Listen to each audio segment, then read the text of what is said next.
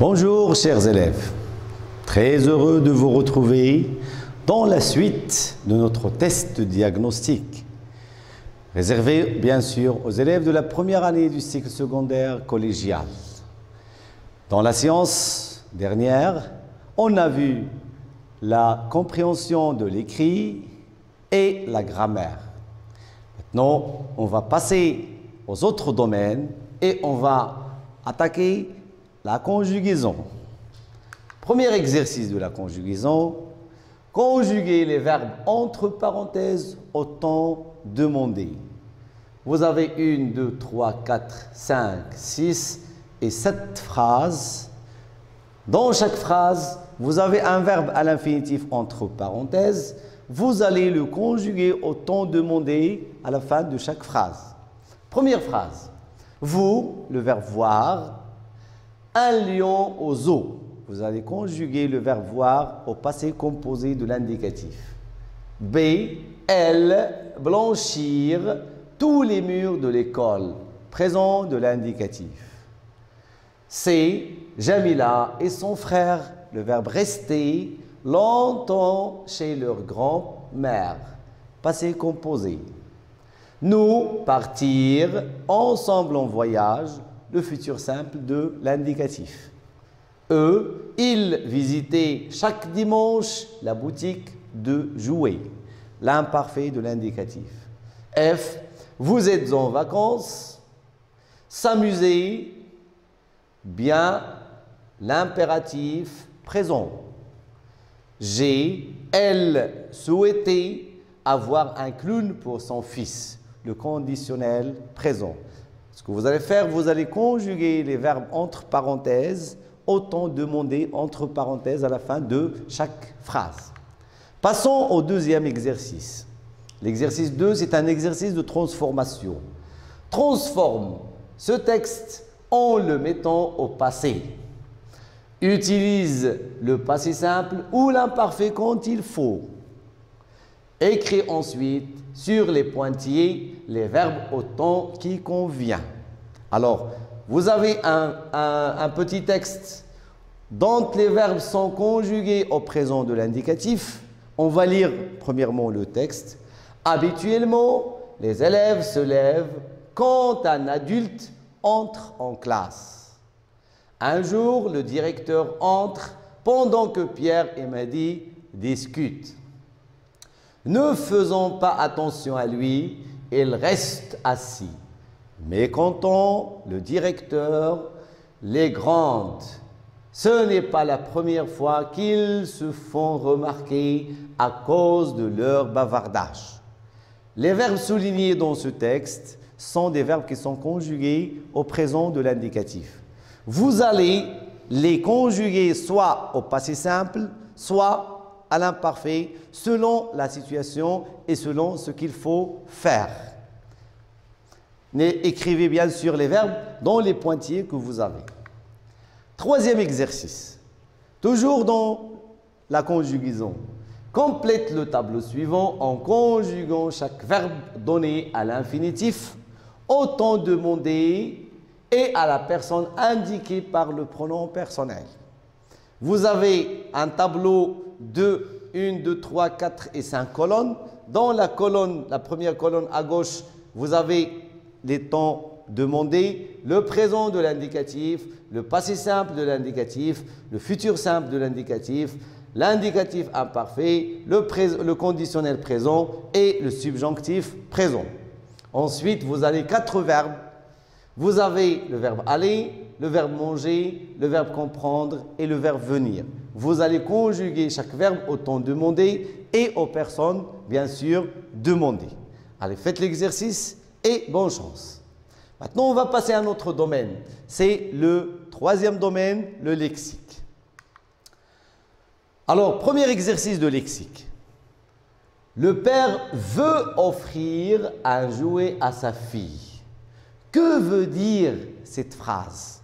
Essayez d'expliquer le sens de cette phrase en choisissant bien sûr la bonne réponse parmi les 3 suggestions que vous avez ici. Mets une croix dans la case de ta réponse, la réponse correcte. Première réponse A, il veut donner un cadeau à sa fille, il veut prêter un jouet à sa fille, ou bien il veut vendre un jouet à sa fille. Alors, parmi ces trois propositions, quelle est la proposition ou bien la phrase correcte qui explique le père veut offrir un jouet à sa fille? Deuxième exercice, utilise les suffixes able, mon et if pour former d'autres mots. Vous allez, à partir des mots que vous avez, l'adjectif douce, attention et accepter. Vous avez des mots, vous allez ajouter à chaque mot le suffixe qui convient de manière à former et à construire un nouveau mot. 3. Relie par une flèche chaque élément de la colonne A à son contraire dans la colonne B. Là, on est dans la leçon des antonymes. Alors, vous avez dans la colonne A acheter, l'intérieur, sortir et derrière. Dans la colonne B, vous avez des contraires ou bien des antonymes des mots dans la colonne A. Vous avez entrer, devant, l'extérieur et vendre. Vous allez relier par des flèches, relier chaque mot par son contraire. On va passer au domaine de l'orthographe. En ce qui concerne l'orthographe, vous avez deux exercices. Le premier exercice, c'est mettre au pluriel les mots suivants. Vous avez 4 mots au singulier. Vous allez donner leur pluriel, le pluriel de chaque mot dans la liste. Un jouet, un cheval, un ouvre-boîte et un chou. Un jeu, des. Qu'est-ce qu'on va dire? Comment on va écrire le pluriel de jeu? Cheval aussi. Deuxième exercice. Mets les accents qui conviennent. C'est l'exercice relatif aux accents, l'utilisation des accents. Vous avez « elle est allée à la forêt ». B. L'accès est libre. Quand vous remarquez dans cet exercice, il y a des mots qui manquent d'accent. Vous allez compléter soit par l'accent grave, l'accent aigu ou l'accent circonflexe selon le mot. Alors, on passe maintenant à la dictée. Je vais vous dicter un texte. Écoutez bien, écoutez attentivement le texte et recopiez-le sur vos feuilles. Alors, je commence. Les élèves sont allés à la piscine une fois par semaine depuis les vacances de Noël. Les élèves sont allés à la piscine une fois par semaine depuis les vacances de Noël. Point. Aujourd'hui, virgule, ils nagent tous au moins 25 mètres. Aujourd'hui, virgule, ils nagent tous au moins 25 mètres. Point virgule, les plus courageux font le double de cette distance. Les plus courageux font le double de cette distance. Point. Bientôt, ils commenceront à apprendre à plonger. Bientôt, ils commenceront à apprendre à plonger. Point. Ils aiment beaucoup les jeux sous l'eau. Ils aiment beaucoup les jeux sous l'eau, mais parfois ils sont craintifs. Mais parfois ils sont craintifs. Point. Quand il fait froid dehors, virgule, ils ne peuvent vraiment pas sortir. Ils ne peuvent vraiment pas sortir des vestiaires chauffés sans mettre un bonnet, sans mettre un bonnet sur leurs cheveux mouillés. Sans mettre un bonnet sur leurs cheveux mouillés. Point. Ils trouvent que c'est désagréable. Ils trouvent que c'est désagréable. Point. Point final. Je répète le texte entier. Les élèves sont allés à la piscine une fois par semaine depuis les vacances de Noël. Point. Aujourd'hui, virgule, ils nagent tous au moins 25 mètres, point virgule. Les plus courageux font le double de ces distances. Point. Bientôt, ils commenceront à apprendre à plonger. Point. Ils aiment beaucoup les jeux sous l'eau, mais parfois, ils sont craintifs. Point. Quand il fait froid dehors, virgule, ils ne peuvent vraiment pas sortir des vestiaires chauffés sans mettre un bonnet sur leurs cheveux mouillés. Point. Ils trouvent que c'est désagréable. Point final. Et maintenant, on va passer à l'activité orale. L'activité orale est sous forme de 2 jeux de rôle. Je sais bien que vous aimez bien jouer au rôle. Alors, première consigne, première activité de l'oral. Ami, c'est la petite fille du premier texte, si vous vous souvenez bien, qui a désiré avoir un clown à l'occasion de son anniversaire. Son père a décidé de lui acheter le clown qu'il a beaucoup et qu'il a tant aimé avoir. Le jour où il a décidé de l'acheter, le jour où son père l'a accompagné à la boutique des jouets pour lui acheter le clown, qu'est-ce qui est arrivé? Une femme est venue soudainement acheter le même clown à son fils. Son fils, qu'est-ce qu'il a? C'est un enfant qui est malade et qui est dans l'hôpital. Alors, quelle était la réaction de Ami? Ami a laissé le clown pour ce garçon malade. Alors, Ami a laissé le clown qu'il voulait acheter à un enfant qui est à l'hôpital. Il a ensuite décidé de rendre visite à cet enfant. Il a décidé de lui rendre visite à l'hôpital. Alors, il lui a laissé le clown. Pourquoi? Parce qu'il est malade. Alors, Ami a décidé de rendre visite à ce petit garçon qui est malade. Imagine le dialogue entre les deux et joue les rôles.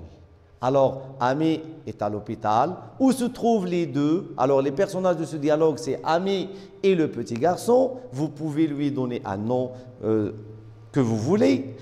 Où se trouvent les deux enfants? Ils sont à l'hôpital. Pourquoi Ami est allé à l'hôpital? Il est allé pour lui rendre visite parce qu'il est malade. Est-ce qu'il le connaît? Non. Et c'est la première fois qu'il va lui rendre visite, qu'il va le rencontrer.